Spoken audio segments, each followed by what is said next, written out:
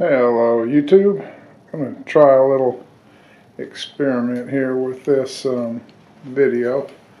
I've got using my big tripod. I'm going to try to do this kind of an angle over my shoulder. I don't know how this is going to work out. We'll give it a shot.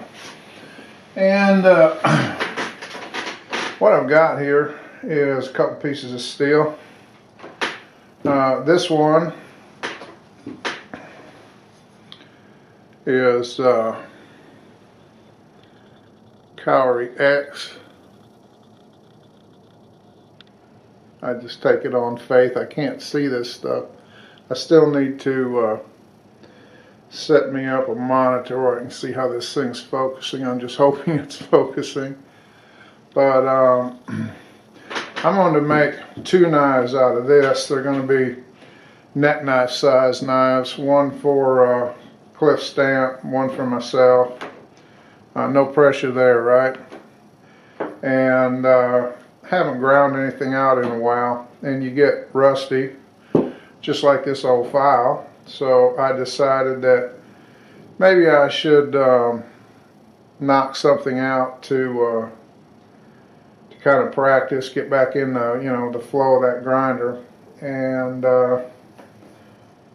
I've always wanted to make a knife from just an old rasp or file like this. This one's been in my toolbox 30 years, 40 years, I don't know how long. It's really, in fact, it may have been one of my father's, I don't know. Most of the teeth are completely rusted off this side and gone. But for a long time I thought about, what if I needed to make a knife out of something like this? And some things you're going to have, like the ability to grind it. But I don't have a forge or anything like that. So annealing, heat treating, everything else, I either have to send it out and have it done, or I would have to figure out some way to try and do it. But this is already hard.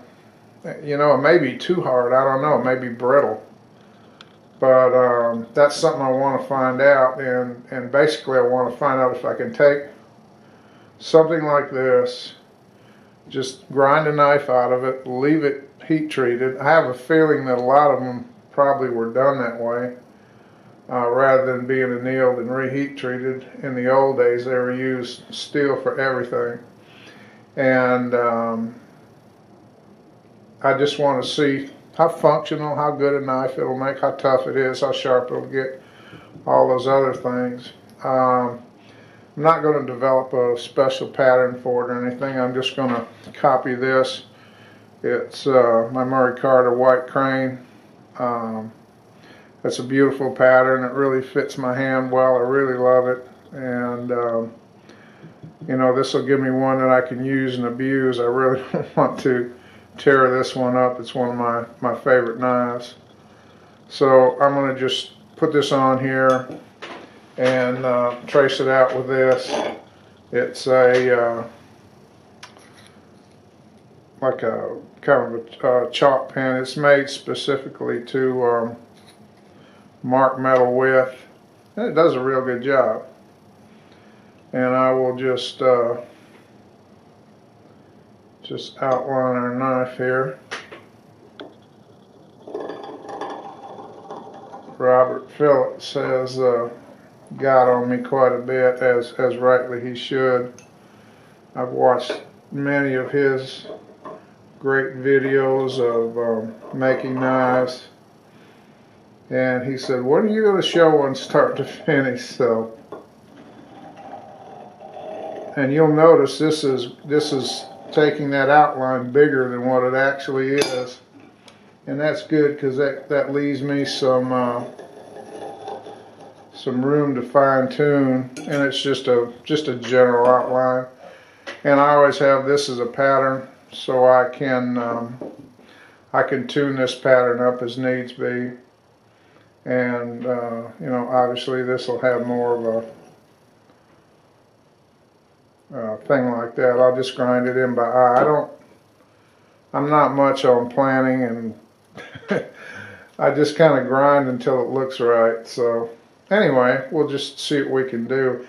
One thing that I wanted to interject, and I wouldn't lose too much sleep over it, if you're going to make a knife out of an old file, one thing I would check first, this is not the way they're made now, but at one time, I don't know if it was for reasons of economy, you know, I'm sure it probably, at the time they thought it was cheaper or something, but I have in the past run across files that were case hardened, meaning that they're heat treated in such a way after they're all done that the outside portion, if you looked at it on end, the outside portion all the way around would be very hard, but the inner portion is relatively soft.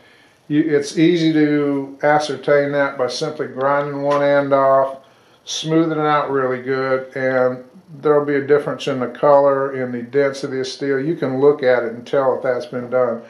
Again, that's not something I think you're going to run across much nowadays, but just be aware that that it does happen. So if you're grinding out a knife without the intent, like I am, to heat treat it, that there could be that file, if it's really old, could at least be case hardened. There's at least a chance. So I'll grind the end off of this first and check it, you know, obviously. But I'll just take this through the various steps of making a blade for it. And since I'm not going to anneal it, I'm not going to try to drill anything in the handle. I'm going to actually, I'll probably cut the handle a little bit undersized, and then I'm going to do my cord wrap. If you look through some of my older videos, you'll see, I think there was one I did for Wako in Japan for his daughter. I've done one for Roman Legionnaire, and other people. I've done some for myself, and they're really tough and they really last good. I do the cord wrap with the paracord, and then I soak it in marine spar varnish, which is pretty tough stuff, and it really really makes it's a good looking handle. And you know, from what I've seen of all the ones I've done, it must be pretty tough because nobody's tore one up yet. So we'll do that, and probably a convex grind, and then after that I'm going to try to record all the steps on this, and then after that we'll make the two knives out of here. And obviously this steel is really expensive stuff. That little bar right there was over $100, and so I'm not going to mess around with that. That's going straight to Peter's for heat treat by somebody that knows what the heck they're doing. And we'll just see what we come up with. I think I've got a pretty good design for this.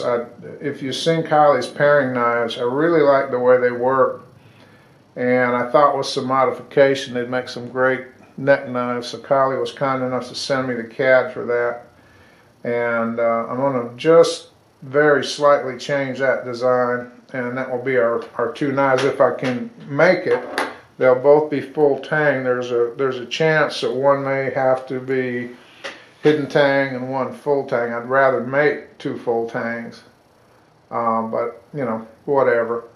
In fact, the hidden tang may be better for Cliff and his cold climates up there, but I'd like to make them as identical as I can, because we're going to be testing some different heat treats on these two blades. Cliff and I had talked about it, and one is going to be at the high end of the spectrum and the other is going to be at the low end, and Cliff wanted to see what the difference between those two would be, and you know, something I'd be pretty interested in too. So that's basically it for this video. I just wanted to outline this, kind of show you what I'm doing, and I'll try to videotape all the steps. With Thanksgiving coming and then Christmas shortly after that, I have oldest son is coming up with some of my grandkids from Miami. This is the first time in about, I don't know, 12, 13 years they've been home for Christmas. So we've got a heck of a lot going on here at the house. And I'll do this, you know, as I can. I'll try to work it in when I'm not doing anything else. But it's, you know, don't expect it to be a fast progression, so to speak. I'm going to be a pretty busy old man until after the holidays, but I'm sure I can work in time to do some of this. And we'll just see how it turns out. I think it'll be a lot of fun, and I may try to see up in this area if I can keep some of the marking on each side. I don't know how that'll work out, but we'll just have that. I may even try to taper the tang on this to lighten it up. I don't know. But you guys take it easy out there, and we will talk to you later.